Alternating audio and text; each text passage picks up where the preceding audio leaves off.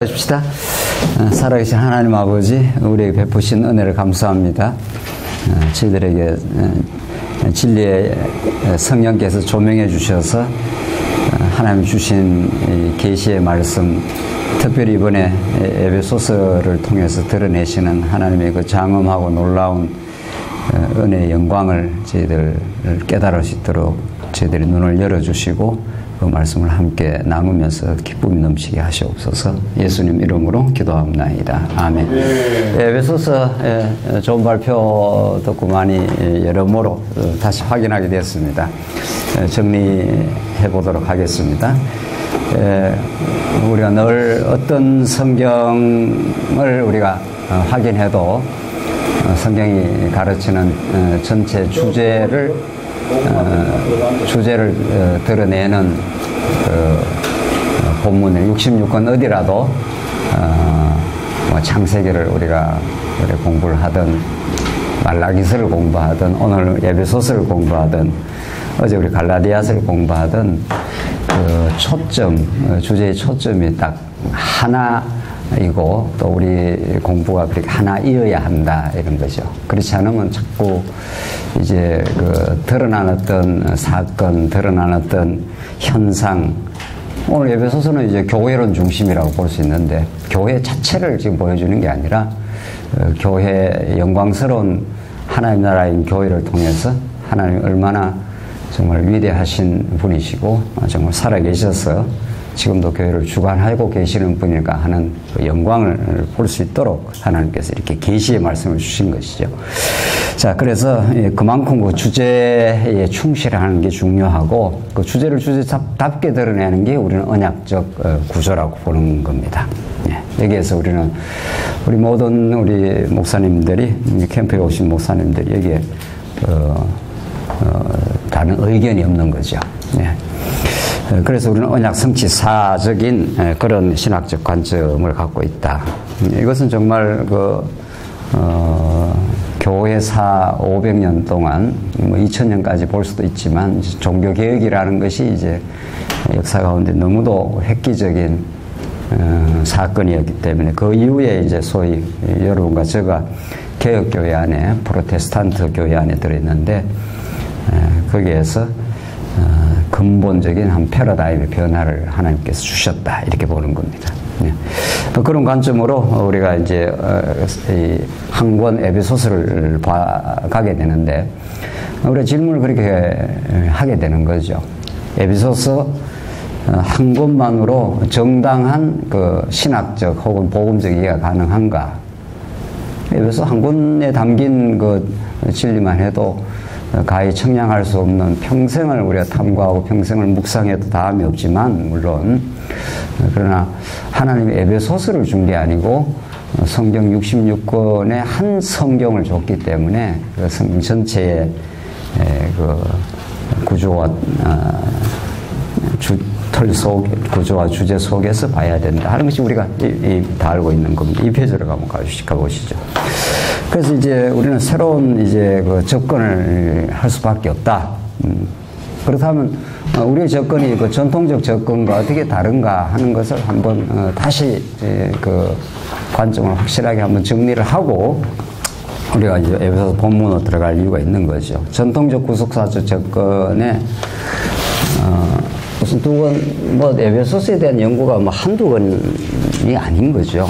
그래서 저는 이제 최근에 나온 가장 에베소서가 됐든 로마서가 됐든 최근에 이제 연구를 좀 주로 이제 보는 편인데 왜냐하면 이전 많은 나름의 좋은 연구들을 최근에 좀 비중 있는 학자가 이전의 모든 연구들을 이렇게 집대성을 한 거죠.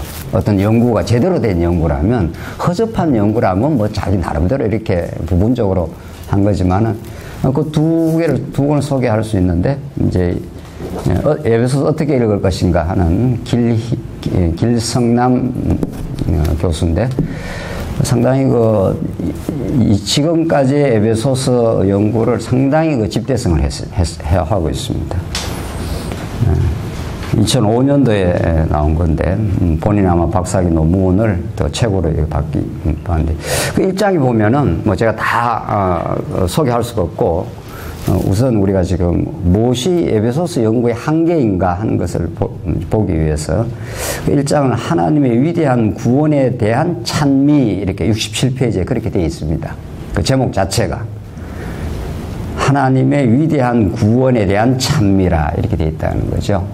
구원이라는 게 너무도 중요한 하나님의 그 계시 사역 중에 하나이지만 이 책은 이제 구원 쪽으로 기울어진 건 사실이죠. 이른바 구속사로 치우쳐져 있습니다. 구속사로 치우쳐지면 어떤 그 결론에 이르는가 하면은 소위 말해서 언약적 관점이 부재하면 여기 언약이라는 말을 제가 찾아보려고 사사지 뒤졌는데 제가 못 봤는지 없었습니다. 만약에 있다면 앞부분에 서로이나 뭐 상당히 중요한 앞부분이 나와야 될 건데 안 나와 있습니다. 아마 결론에도 안 나와 있을 거고 언약적 관점이 부재하면 그 결과 삼위 하나님이 교회를 세우신다 이런 말들 해요. 이 말은 안 하겠냐고. 에베소서를 학위 논문까지 써가지고 치밀하게 에베소 전체를 연구한 사람이 성부, 성자, 성령의 그 일장이 거의 그대로 나오니까 그걸 뭐 이야기 안 할 수는 없겠죠. 그런까지 이야기 안 한다. 이렇게 우리가 보면 너무 우리의 비평이 허접한 거죠. 잘 보는 거죠. 나름대로. 근데 문제는 이 책의 30페이지에 31페이지에 가면 인간의 노력에 의해서 거룩한 삶을 살아야 된다. 딱 이렇게 결론이 윤리로 딱 떨어집니다. 그렇게 거룩한 삶을 살게 하시는 그 위대한 하나님의 혹은 성령 하나님의 성취 사역이다. 뭐 이런 말이 안 나오는 거죠. 언약이 빠져버렸기 때문에 구속을 강조하고 딱 행동에 가면은 딱 윤리로 떨어져 버립니다. 자, 한 권 더 소개할 건데 한병수라는 아주 신진학자인데 굉장히 책을 지금 많이 쓰고 강해지까지 냈습니다. 에베소서 강해집을 했는데 기독교 진리의 통일성 뭐 이런 책도 지금 내가지고 상당히 야심차게 학문적 야심을 가지고 성경 전체가 통일된 어떤 메시지가 있다 뭐 이런 쪽으로 지금 많이 그 책을 쓰고 있습니다. 이 사람이 에베소 강해의 집을 상당히 충실하게 이렇게 낸 건 사실이죠. 여전히 그 언약의 관점이 부재합니다. 그래서 교회란 무엇인가 책 제목이 그런데 이건 이제 이것도 에베소서 한 권을 이렇게 집중을 하는 거죠. 제가 단권적 접근이라 이렇게 표현했는데, 여전히 구속사적인데, 구속사적 혹은 단권적 접근이 치명적 한계가 있는데, 제목이 뭐라고 되어 있는가 하면 한 그 챕터 안에, 계시의 은혜와 우리의 책임, 이렇게 되어 있습니다. 딱 제목 자체가, 한 챕터가 아니고 한 작은 제목이, 계시의 은혜와 우리의 책임. 그래서 그 내용을 보면은 이 책의 45페이지, 46페이지 보면은 전적인 은혜로 하나님 은혜로 구원을 받습니다. 뭐 이렇게 돼 있어요. 이거 너무도 아멘 옳습니다. 맞는 말이죠. 그 뒤에 가면은 우리에게 전해야 될 책임이 있습니다. 이렇게 해서 하나님이 당신을 계시를 통해서 우리 은혜를 드러내시고 이런 거죠. 우리에게는 전해야 될 책임이 있습니다. 그래서 타이틀 제목이 계시의 은혜와 우리의 책임. 그래서 이 언약의 관점이 부재하면은 언약적으로 에베소서를 우리는 봐야 된다는 거잖아요. 에베소 한 권이 충실하더라도 성경 전체 언약 성취의 구조적 틀 속에서 에베소를 봐야 언약의 성취 사건으로서의 하나님의 나라인 교회가 이 땅에 출현하고 그 하나님의 나라인 교회를 지금도 성장시키고 그렇게 거룩한 생활을 하도록 만드시는 그 성취의 여호와 하나님이 그리스도가 이렇게 드러나야 되는 거죠. 그렇지 않으면 반드시 이건 필연적입니다. 이거는 필연적으로 윤리적 결론은 떨어집니다. 이 두 책이 그걸 딱 입증을 하고 있습니다.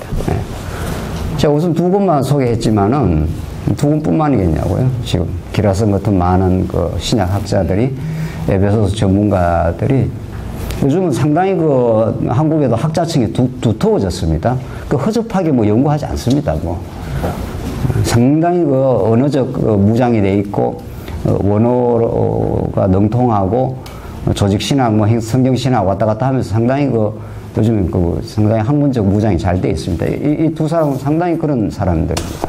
그 허접한 사람들 아닙니다. 굉장히 탄탄하게 공부를 한 사람들이 딱 그렇게 됩니다. 이 사람이 뭐 지적 능력이 부족해서 그런가? 그렇지 않아 보입니다. 우리보다도 훨씬 더 똑똑할 수가 있습니다. 지적으로. 그렇다면 문제는 그런 관점의 문제인 것이죠.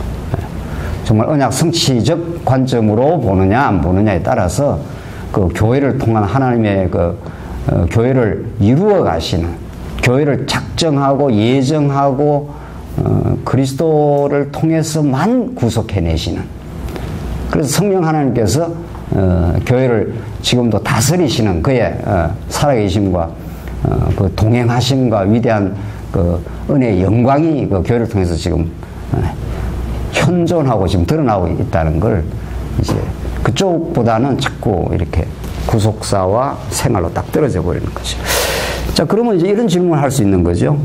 이 페이지 제일 밑에. 그렇다면 어떻게 언약 성취사 안에 구속의 가치를 정당하게 자리매김할 수 있느냐. 또 그렇다면 구속이라는 게 뭐 별거 아니냐. 이제 워낙 우리가 언약 성취의 그 골격과 구조와 체계를 많이 강조했는데 이게 지금 벌써 40년 왔습니다. 사실은 본격적으로 한 30년 돼 보이는데 상당히 오랫동안 우리가 지금 이렇게 정말 누리고 소중히 생각하는 이 성경 신학적 관점이 좀 보완돼야 된다는 게 저희들의 최근의 그 문제의식인 거죠.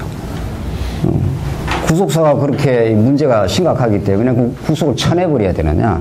그렇지 않아 보입니다. 오늘 본문에 보십시다. 3페이지 보면은 하늘에 속한 신령한 복으로 복 주시되 이렇게 이제 그 하나님 아버지가 이제 신령한 복을 주시는데 그 하늘에 속한 신령한 복, 히브리어로는 베라카, 이것이 정확하게 하나님 나라의 복음입니다. 이게 하늘에 속한 신령한 복이니까.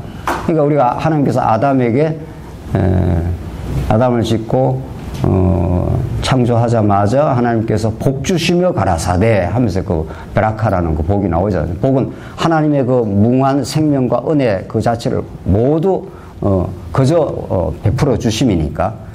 그 하나님께서 아담에게 복 주신 것이 그게 동의입니다. 사실은 복 주신 그 내용이 자손 땅 통치니까 그게 하나님 나라입니다. 하나님께서 어떤 복을 주는가 하면 안식의 나라, 평강의 나라, 참 쉽게 말하면 아주 참 행복한 나라를 주겠다 이런 뜻인 거죠. 그게 에베소서에 이제 펼쳐져 가는 거죠. 교회를 통해서.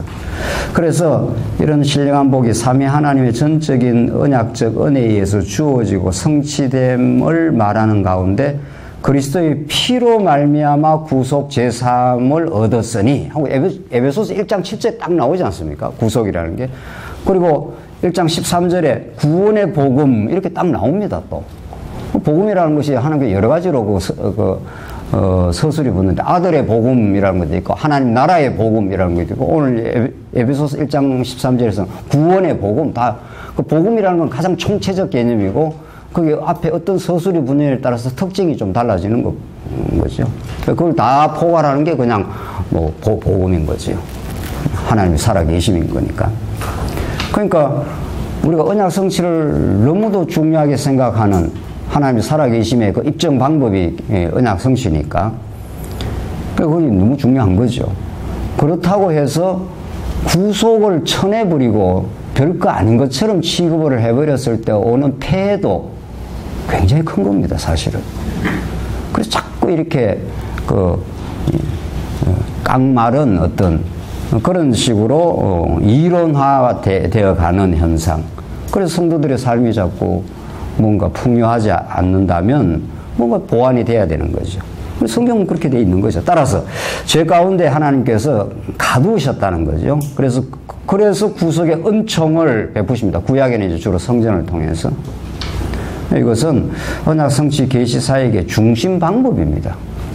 하나님께서 아담에게 복을 주시고 하나님 나라에 관한 복을 주시고 이제 선악과를 주셔서 죽였다 살리는 거지 않습니까? 뭐 아브라함 언약 이후에 다 애굽에다 집어넣었다 뺐다 하는 거고 이스라엘 백성들 다윗 왕국을 세워주고도 70년 바벨론으로 데려갔다 나왔다 하는 거니까 전부 집었다 넣었다 뺐다 이렇게 해야 하나님의 그 언약적 복이 얼마나 큰가 하는 것을 깨닫게 하려면은 죄라는 방법이 필요하고 구속이라는 방법이 필요하다는 거죠.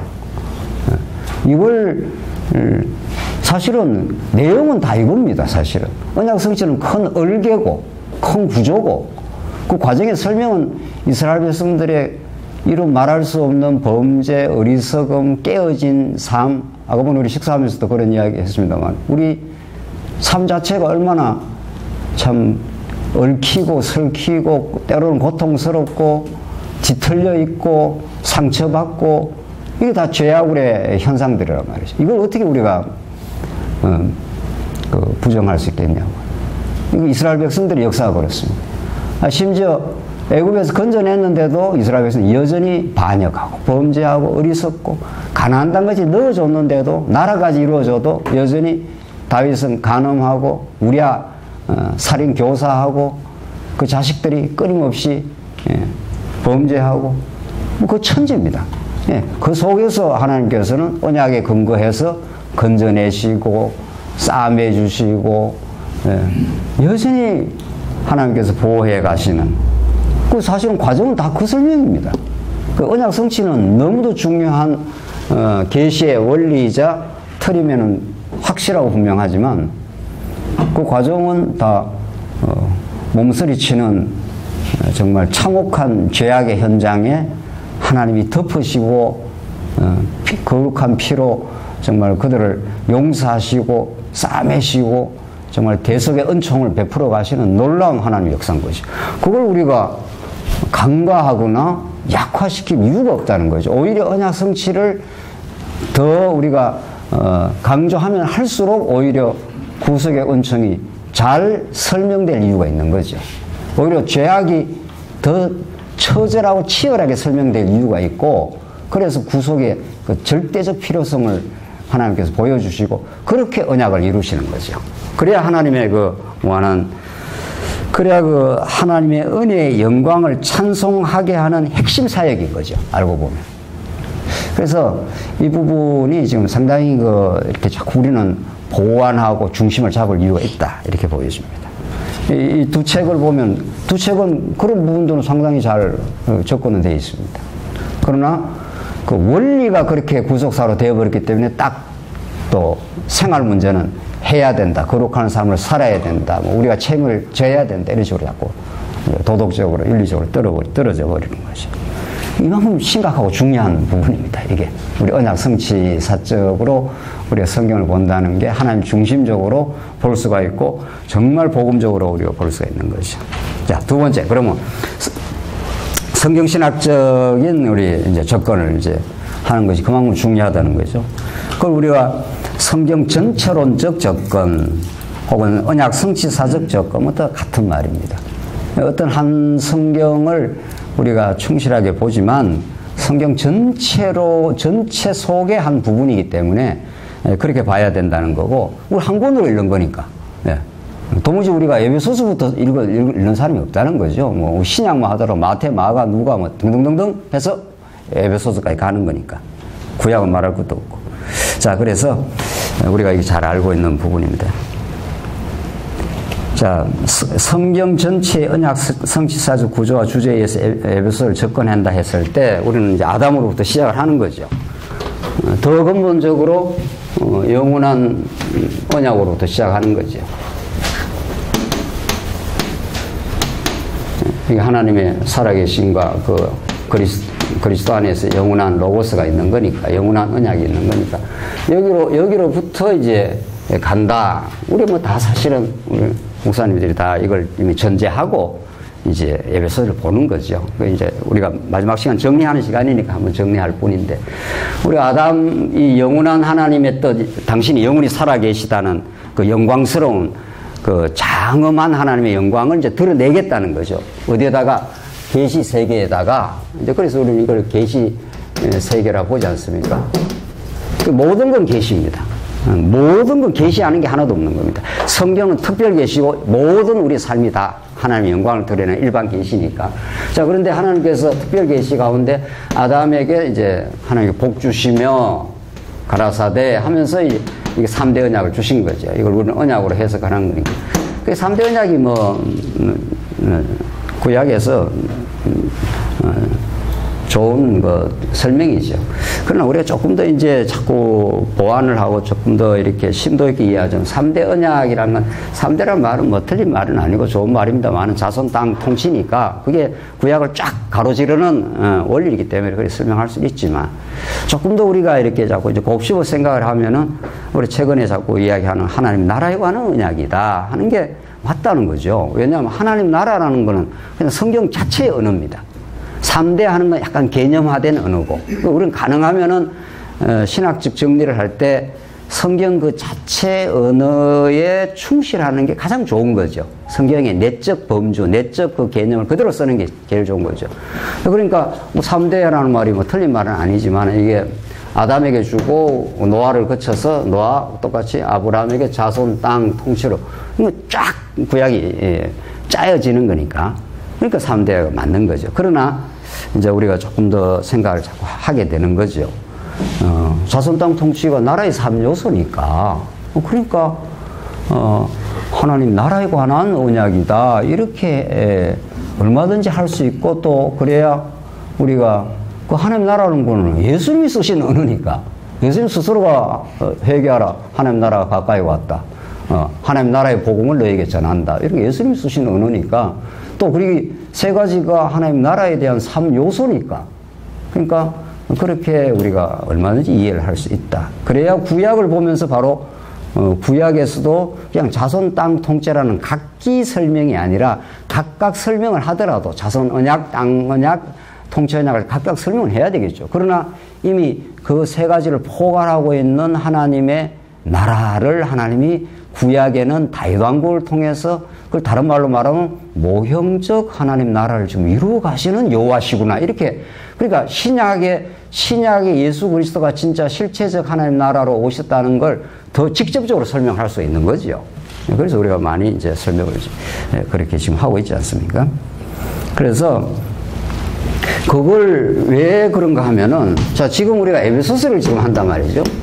에베소서가 이게 그야말로 이게 교회에 대한 장엄한 교회를 통한 하나님의 그 영광의 계시가 드러나는데 교회는 에베소서는 정확하게 하나님 나라를 지금 설명을 하고 있는 겁니다. 우리 처음에 그 하나님 나라는 말이 용어를 그대로 썼지만 개념적으로 정확한 거죠. 하늘에 속한 신령한 복으로 복주시되 딱 했으니 그게 정확하게 하나님 나라에 대한 복입니다. 하늘에 속한 거니까 땅에 속한 게 아니지 않습니까?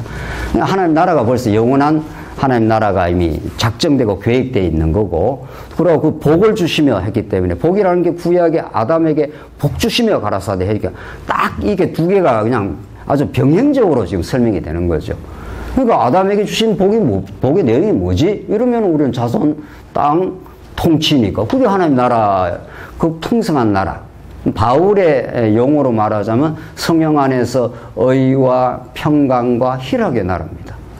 그 성령 안에서 약속으로 우리에게 그게 주어지지 않으면 우리는 의의가 없는 겁니다. 다 불의한 인생들이고 불의한데 다 우리가 정의를 주장하고 난리 아닙니까? 요즘 온통 세상이 평강이 없습니다. 의와 평강과 희락 참된 기쁨이 없다는 거죠. 그게 다 성령 안에서 예수 그리스도를 통해서만 주시는 나라. 그게 하나님 나라입니다. 그게 얼마나 신령하고 좋은 복된 나라냐, 행복한 나라냐, 안식의 나라냐, 모든 게. 그러니까 이미 에베소서에서 교회에 대한 하나님의 그 계획과 그 뜻을 이제 보여줄 때 그 교회라는 말은 이게 다 번역 말입니다. 이게 에클레시아니까 어두운 데서 불러낸 자라는 거죠. 그러니까 어두운 죄악의 권세에서 흑암의 세력에서 사랑의 아들의 나라로 옮기셨으니 이게 골로새서의 표현입니다. 우리 성경 그대로 표현을 쓰면 가장 좋은 거죠. 흑암의 권세에서 살던 죄악에 쓱 뒹굴고 살던 그래서 자기가 주인 노릇 하던 그러니까 평안이 있을 수 없는 거죠. 그러니까 갈등이 있을 수밖에 없는 거죠. 그 속에서 건져내서 사랑의 아들의 나라라 이렇게 했어요. 그 아들의 나라, 아들이 왕이니까 왕이 통치하는 나라 그렇게 표현도 되고 그냥 가장 대명사가 하나님의 나라, 하나님이 통치하시는 나라. 그래서 우리는 지금 에베소서 이 부분을 볼 때 이미 아담에게 허락하신 그 세 가지 언약, 그것을 종합하면 하나님의 나라에 관한, 하나님 나라를 내가 건설해 주겠다. 근데 하나님께서 딱 죄악 가운데 가두어 버렸지 않습니까? 그래서 이스라엘 역사는 아담 타락 이후에 죄악의 분출의 역사입니다. 그럼에도 불구하고 하나님이 한번 약속한 대로 그대로 이스라엘 나라를 혹은 다윗 왕국을 건설해 가시는 거죠. 하나님의 능력으로만, 하나님의 은혜로만 그 참혹한 다윗의 범죄에도 불구하고 여전히 다윗을 다시 왕으로 복귀시키는 하나님의 긍휼과 자비, 그 넘치는 하나님의 그 사랑, 이게 구약에 철철이 넘쳐나는 거죠. 그 다윗 왕국을 이루어가면서. 그러니까 하나님께서 죄악 가운데 가두신 이유가 로마서 우리가 좀 이미 했지만 그 긍휼이 넘치게 하려고. 그리고 거기서 막 찬양이 터져나가지 않습니까? 깊도도 하나님의 지혜와 지식에 부여하며 누가 그의 모사가 되었겠느냐? 누가 그 하나님의 뜻을 우리가 알았겠느냐? 아, 이 행복한 타락을 어거스틴의 표현대로 말하면 이 행복한 타락을 해서 그 고통스럽고 부서진 인생이었지만 하나님께서 새롭게 정말 하나님의 세우시는 하나님의 은혜와 능력, 이게 다 전제되어 있는 겁니다. 그래서 구약의 그 맹맥히 흐르는 하나님 나라 운동, 하나님 나라를 통해서 여호와 살아계심을 그 무한한 은혜를 구약의 그림자적으로 보여주신 하나님이 신약의 예수 그리스도 사건을 통해서 성취하고 이제 성령이 오셔가지고 그렇게 하나님 나라를 출현시키겠다.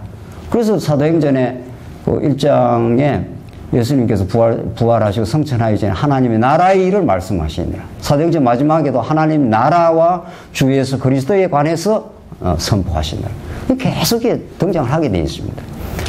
그게 사도행전에서 하나님 나라로서의 교회를 설립하는 거니까 그 설립된 교회를 하나님께서 그냥 너더러 자라라 하는 게 아니라 끊임없이 그 칭의의 복음으로, 건덕의 복음으로, 은혜의 복음으로 이렇게 하시고 마지막에 오늘 교회의 진리로.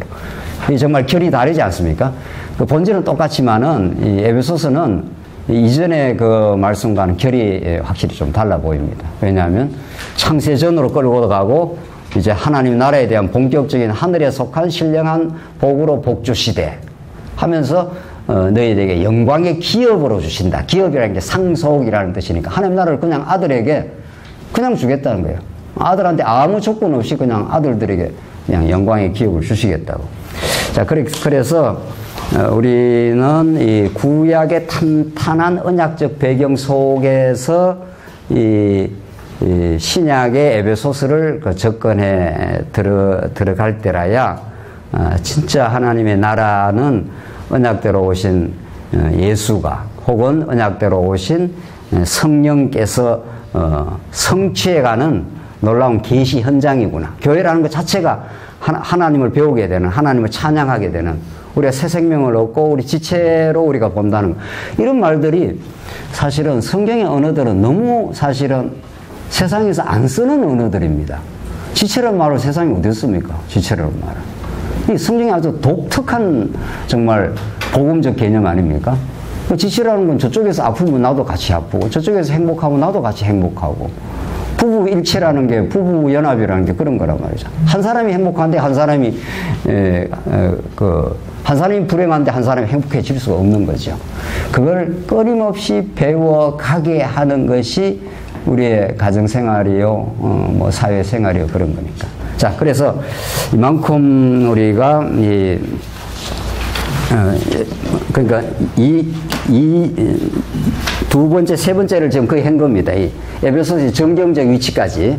그러니까 성경 전체를 언약, 구약의 메시아 언약인데, 즉 하나님 나라에 관한 메시아 언약이 이제 성취되는 현장이 우리 신약이니까 이제 그렇게 이제 보겠다는 것이고, 그뿐 아니라 우리 에베소서의 정경적 위치가 이거 하나님께서 아무렇게나 이렇게 배치를 시켜 놓지 않았다는 거 아니에요? 에베소서 자체는 우리 이미 발표하신 우리 목사님들이 잘 정리를 하신 거니까 우리가 좀 정리하는 시간에 왜 복음서, 사도행전, 로마서, 고린도전서, 갈라디아서, 에베소 이게 등장하느냐는 거죠. 그 흐름을 계속 타고 나가야 이 하나님이 하나님의 맥박이 들리는 거죠. 역사하시는 하나님 죄 가운데 가두었다가 칭의하시고 칭의했지만은 여전히 범죄하고 때로는 갈등하고 분열하고 고통스러운 그런 교회를 일치와 화합의 역사로 만들어 가시는 하나님의 생생한 역사. 그리고 그 모든 것들이 하나님의 은혜였다고 갈라디아서 못을 박아버리는 역사. 그 은혜에 의해서만 교회가 출현한다는 것. 그리고 그 은혜는 구속을 통해서 드러난 은혜도 중요하지만 창세 전으로부터 거슬러 올라간다는 것. 이런 이야기가 이제 에베소서에 펼쳐지고 있는 중이죠.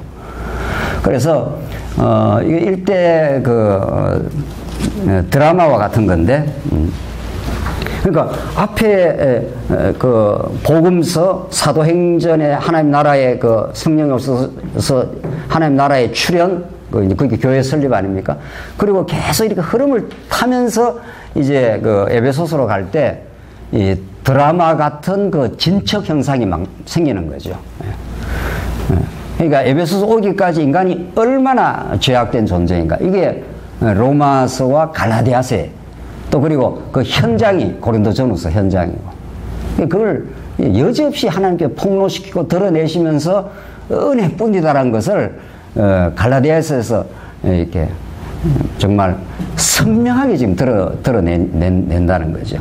그런 앞에 에 대한 복음적 이해가 전제될 때라야 에베소서가 이제 제대로 읽히는 거죠. 야, 진짜 하나님 나라의 교회는 우리의 힘으로, 우리의 단결로 되는 게 아니라 약속대로 오신 성령이 하시는 일이라 하는 것들이 선명하게 드러나고, 그래서 은혜의 영광을 찬미하게 하려 하는 것이라 하는 에베소 1장에 삼위 하나님의 그 사역을 말하면서 계속 은혜의 영광을 찬미한다, 찬송하리로다 하는 그 명제가 그 찬양과 감탄이 이제 이해가 되는 거죠.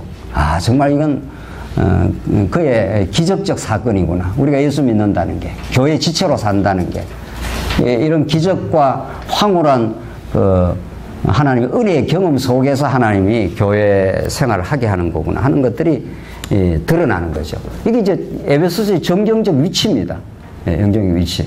조금 더 거슬러 올라갈까요? 지금 우리는 로마서부터 설명했지만 사도행전 복음서로 가면 복음서에서 이미 예수님이 이 반석 위에 교회를 세우리니 이렇게 했단 말이죠. 그게 예수님의 언약 아닙니까? 그러니까 예수님의 언약이 지금 실현되는 현장이 우리 교회이기 때문에 언약을 설명하지 않고는, 전제하지 않고는 우리 에베소서를 설명할 수가 없습니다. 그러나 불행하게도 이런 이 두툼한 책들, 뭐 수십 년 연구의 결과로 보여지는데, 이런 책들이 언약적 관점이 부재하기 때문에 그냥 에베소 자체에 몰입이 되어 있고 툭툭 결론이 윤리적으로 떨어져 버립니다. 툭 떨어져 버려요. 앞에서 아고보는 이야기는 삼위 하나님이 교회를 세운다 이런 말들을 한단 말이죠. 뒤에 가면 언약적 관점이 계속 견지가 되면은 교회를 설립하는 것도, 교회를 성장시키는 것도, 교회로 하여금 거룩한 생활을 하게 하는 것도 그 언약에 신실하신 하나님이 이루어내는 하나님의 그 역사인데 툭 떨어져 버리는 거죠. 이런 책들이. 그래서 제가 이 책을 보면서 정말 상당히 진지하게 공부한 사람들이고, 탄탄하게 공부가 된 사람들이에요, 사실은. 그럼에도 불구하고 이런 거죠. 그럼에도 불구하고 우리가 정말 언약의 소중한 관점을 하나님이 하신다고 하는, 하나님이 세우신다고 하는 그런 하나님의 주권 사상을 우리가 은혜의 주권 사상을 잘 깨달을 때 우리는 뭐 이런 많은 책을 안 읽었어도 아주 심플하게 딱 복음적으로 정리가 되는 거죠. 자, 그래서 에베소서의 정경적 위치 그 정도로 정리를 하고 진행을 합시다. 4페이지가 다 쭉 흐름 복음서부터. 그래서 5페이지로 넘어가겠습니다. 자, 에베소서 그 내용은 이미 발표자들이 잘 정리를 했기 때문에 그 중요한 포인트 몇 가지만 정리하겠습니다. 에베소서는 정말 얼마나 우주적이고 장엄한 교회론인가 하면은 단순히 교회를 설명하는 게 아니죠. 에베소서는 삼위 하나님을 설명해 들어가면서 그의 역사로 말미암아 이 땅에 출현한 하나님의 나라 교회를 설명하는 거죠. 그러니까 하나님이 계시고 영원히 살아계시고 그분이 작정하고 예정하셨다. 창세전에. 그리고 그분이 예수 그리스도를 이 땅에 보내셔서 그의 구속의 대속적 피 흘림의 죽음을 대가를 지불하셨다. 그가 그 처절한 십자가의 죽음이 없이 우리는 대속을 받을 수가 없다. 죄사함을 받을 수가 없다. 죄사함을 받고 죄 용서를 받아야 그런 게 있습니다. 우리 인간관계도 서로 이렇게 뭘 잘못했는데 이게 용서가 안 되고 나면은 끊임없이 힘든 거죠. 하나님과의 관계가 그런 거죠. 하나님과는 더 말할 것도 없는 거죠. 그러니까 이 죄사함이라는 게 정말 하나님과의 언약적 관계를 회복시켜버리는, 하나님 원래 아담과 언약을 맺어서 하나님 나라를 해주겠다 했는데 아담이 범죄해버렸단 말이죠. 그럼 여전히 하나님이 언약에 신실해서 가죽옷으로 피 흘림을 역사를 하고, 구약에서는 양을 한 마리 아주 찢어 죽이듯이 아주 갈기갈기 그냥 해체를 시키듯이 죽여가지고 용서를 해버리지 않습니까? 이런 그 놀라운 그 역사, 그런 그리스도를 왕으로 삼으셔서 이제 교회를 지체로 삼고 그 교회가 만물 위에 하나님께 두셨다.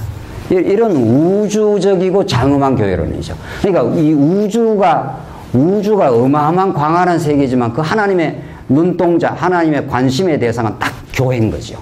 우리 아이들이 우리 가끔 그러죠. 체육대회 가서 달리기 하면 그 애들이 동네 얼마나 많습니까? 딱 우리 아이만 딱 눈에 들어오는 거죠. 하나님의 지극한 은혜와 사랑의 관심이 우리 교회, 여러분과 저에게 딱 지금 집중되어 있으면서 이 역사를 지금 움직여가고 있는 중이죠. 그래서 하나님의 예정이라는, 그래서 이 삼위에 대해서 우리 많이 앞으로 정말 숙고하고 생각할 부분이, 우리 여호와 하나님의 주제는 너무도 중요한 언약의 하나님, 고유명사, 하나님의 고유명사니까 가장 중요한 주제가 되죠. 그럼에도 불구하고 그 여호와 하나님이 구약의 아버지로 표현이 됩니다. 이스라엘 백성을 아들로 표현하기 때문에 그 여호와가 이스라엘 백성을 아들이라 하는 건 본인이 아버지격이라는 거 아니에요.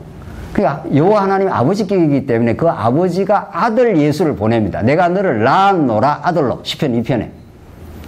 그래서 그 여호와 아버지격이신 여호와 하나님이 아들 예수 그리스도, 아들을 보내셔서 그리스도로 삼은 거죠. 그리고 성령을 보내셔서, 그 삼위라는 게 하나님의 여호와를 설명하는 가장 좋은 하나님의 계시 방편입니다. 그러니까 하나님이 그 방법을 쓰신 거죠. 우리는 그 방법대로 따라가면 되는 겁니다. 그래서 여호와 하나님이 가장 중요한 그 하나님의 이름이요, 하나님의 계시의 목적 이름이 그 실체니까 우리 히브리어 어법에서는 그럼에도 불구하고 이 삼위 하나님이 그래 중요한 거죠. 6페이지.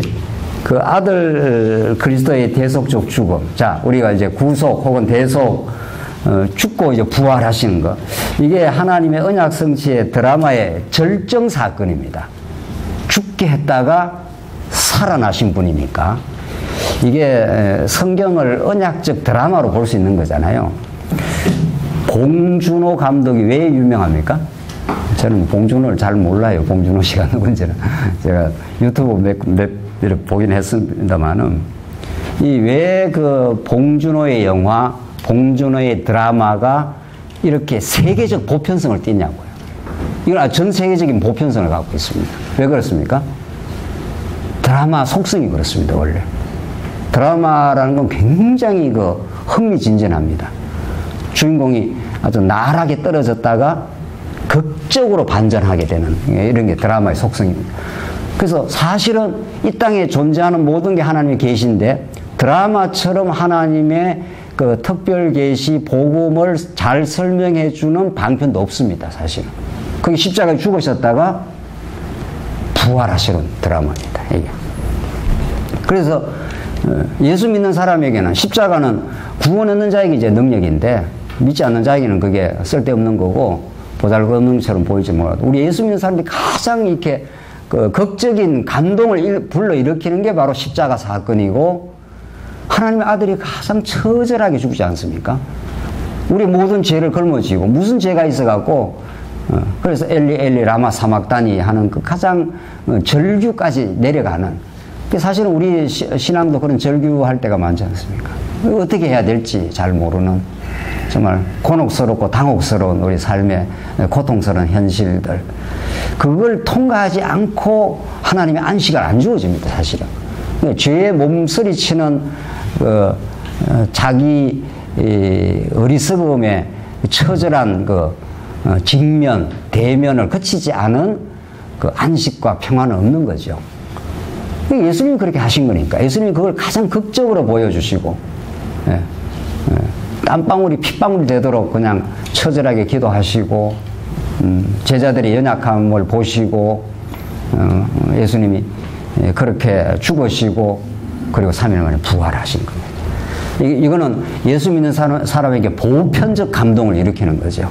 그래서 우리는 예수 아니면 살 수가 없다고. 어제 광야에서라는 노래가 뭐 그런 거 아닙니까? 광야에서 그의 붙들림이 없으면 살 수 없는 곳이 광야입니다. 당신의 은혜가 아니면 우리는 한순간도 광야에서 우리는 불뱀과 정갈에 물릴 수밖에, 하나님이 그런 환경도 그렇게 만들어버린 거죠. 주님의 인도하심, 언약적 신실함, 그의 사랑, 그의 말할 수 없는 은혜, 이런 것들이 드라마처럼 펼쳐지는 게 성경의 역사고, 그 모든 구약의 드라마 같은 역사가 예수 한 분에 의해서 적중되고 있는 거죠. 그걸 지금 에베소서가 지금 설명을 해내고 있는 거죠. 그러니까 바울은 자기가 예수를 믿었다는 것 자체가 기적이고 드라마입니다.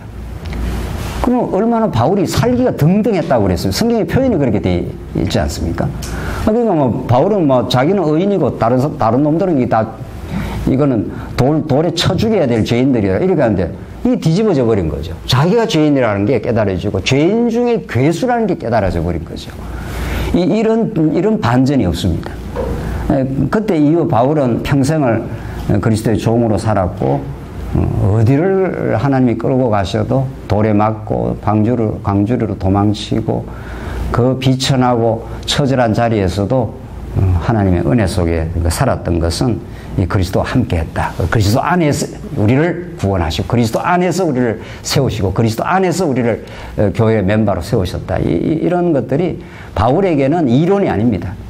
바울에게는 그게 실제고, 바울에게는 그리스도 사건이 자기의 사건이고, 그리스도의 죽음이 자기의 죽음이고, 그리스도의 부활이 자기의 부활이었습니다. 그렇기 때문에 복음 전체가 바울에게는 실제입니다.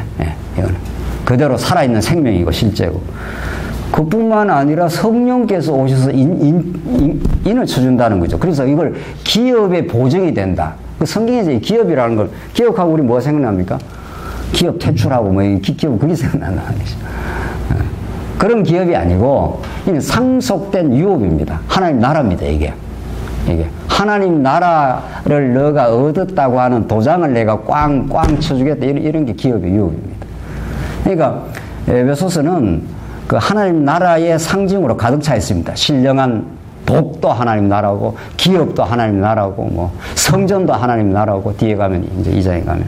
자, 그래서 정말 에베소서 그 찬송하리로다 하나님 곧 우리 주 예수 그리스도의 아버지께서 그리스도 안에서 하늘에 속한 신령한 복으로 그 기쁘신 뜻대로 우리를 예정하사 그리스도로 말미암아 자기의 아들들이 되게 하셨으니, 세상에 우리 한 게 하나도 없는데 그 영광스러운 하나님의 아들이 되어버렸으니까 아버지의 모든 것이 우리의 기업인 거죠. 모든 것이 상속받는 거죠. 아들이라는 그 모티브가 그렇게 중요합니다. 성경에서. 아버지 걸 그대로 받는다, 이런 뜻입니다. 아무 조건 없이 그저, 그러니까 아버지의 영광이 내 영광이 되어버린 거죠. 그 천국 가서도 왕처럼 다스린다 했지 않습니까?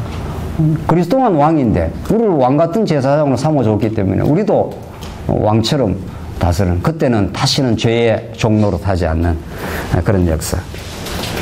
그래서 그의 피로 말미암아 속량 곧 제사함을 받았고 약속의 성령으로 인치심을 받았으니 이는 우리 기업의 보증이 되사, 기업의 보증이라는 게 그렇게 중요합니다. 그러니까 우리가 예수 믿는 사람들이 엄청난 그 영적 자산을 물려받았다, 상속받았다, 이런 뜻입니다. 부자다 이런 뜻입니다. 쉽게 말하면. 얼마나.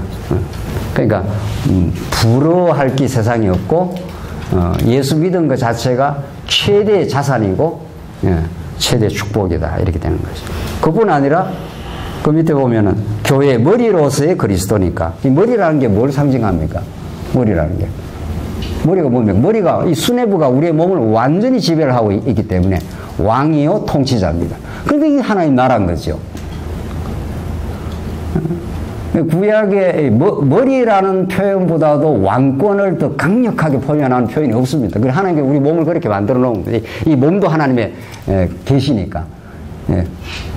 완전히 머리의 명령에 의해서 우리 온 몸이, 온 지체가 지금 움직이고 있지 않습니까? 그러니까 예수 그리스도의 통치가 우리 모든 지체를 움직여 나간다. 그러니까 하나님 나라가 되는 거죠. 너무 분명한 거죠. 그래서 아담의 3대 언약이 하나님 나라에 관한 언약이고 아담은 실패했지만 첫 아담은 실패했지만 마지막 아담 예수 그리스도가 승리하셨다는 거죠. 그 승리를 우리에게 그대로 주신 거죠. 그 7페이지 보시면 이제 설립의 실제니까 허물과 죄로 죽었던 이게 정말 이게 예수님만 드라마가 아니고 우리 인생도 드라마라는 거죠. 그러니까 하나님께서 허물과 죄로 죽었기 때문에 아무런 영적인 반응을 할 수가 없습니다. 우리가 지금 움직인다든가 판단한다든가 살아났다라든가 신앙한다든가 또 이제 우리는 교회에서 교회 맥락에서 교회를 봉사한다든가 이런 긍휼의 크신 하나님의 사랑이 우리를 건져낸 것뿐이다. 그래서 우리는 교회 봉사하고 자랑할 게 없다. 그게 에베소서에서 정확하게 나오는 거죠. 은혜로 말미암아 믿음으로 구원을 얻은 나니 이는 하나님의 선물이라 이것은 너희로 하여금 자랑치 못하게 하려 한다. 그러니까 하나님 그리스도만 자랑하게 하려고. 자, 그러니까 이게 실제로 교회를 세워가고 있는 현장입니다. 우리가 실제로. 그래서 2장에 이제 그 성전이 나오는데 1장에서 하나님 나라, 이제 1장에서 복 혹은 머리 이게 다 기업, 이게 다 하나님 나라에 관한 상징들이지 않습니까? 1장에. 2장에 가면은 죄가 문제가 나오고 2장 마지막에 너희가 이제 그리스도 안에서 성전으로 지어져 가느니라 딱 나오지 않습니까? 이렇게 성경이 앞뒤가 쫙쫙 맞을 수가 없습니다. 이렇게. 하나님께서 아브라함에게 이스라엘 국가, 나라를 주신다고 약속을 하고 애굽에다 집어넣어 버렸습니다. 애굽에다 집어넣으면은 죄투성입니다. 그 죄악된 존재로 끌고 나옵니다. 그래갖고 성막에서 구속을 해냅니다. 그게 아브라함 언약 이후의 그 과정의 역사인데 모세를 통해서 주시는데 에베소서가 그렇게 되어 있습니다. 에베소서가 하늘에 속한 신령한 복 그리고 머리인 다윗 왕보다 더 우월하신 진짜 왕 중의 왕 그리스도. 그러니까 하나님 나라를 지금 그리스도가 통치한다는 거 아닙니까? 그래서 그 상속으로 그 기업을 주겠다는 거예요. 나라를. 아무 한 거 없는데 아버지가 내한테 재산을 그냥 물려주듯이 말이죠. 네. 저는 받은 게 없네요. 네. 홀랑 망해버려가지고 좀 받으려나 어릴 때지만 좀 기대를 했는데 말이죠. 홀랑 다 으악 이럴 수가 있냐 말이죠. 그래도 재산을 못 물려받아서 사랑을 물려받았으니까 말이죠. 네. 지금도 가끔 아버지의 사랑이 좀 생각이 나지. 힘들게 군대 생활하는데 그 아픈 몸을 이끌고 왔어요. 그래 와서 쓰러져 버렸어요. 그래 부둥켜 안고 제가 그런 기억도 나고. 좋은 점만 있는 게 아니고 상처도 많이 받고 어려움도 많이 있고. 네. 좌우지간 이 상속이라는 게 이렇게 중요합니다. 그냥 아버지께 내게 돼버렸다는 겁니다. 아무 한 거 없는데 그걸 은혜라 그런다는 거죠. 자, 그런데 이 구약에 이렇게 잘 나와 있다는 거죠. 예. 하나님께서 아브라함에게 그저 은혜로 너가 큰 민족을 이루어준다, 큰 나라를 이루어준다 이 말 아닙니까? 근데 이스라엘 백성들이 죄로 범벅진 인생들입니다. 그러니까 하나님께서 성막에 데려와가지고 양을 한 마리 죽여버리죠. 그래서 완전히 구속해냅니다. 예. 지금 에베소서가 1장에서 하나님 나라를 설명하고 2장에서 죄를 설명하고 성전으로 지어져 간다. 죄악된 인생이 하나님 만나는 길은 성전 외에 있을 수가 없는 겁니다. 그러니까 예수님이 이 솔로몬 성전보다 더 큰 성지, 여기에 진짜 성전으로 왔다.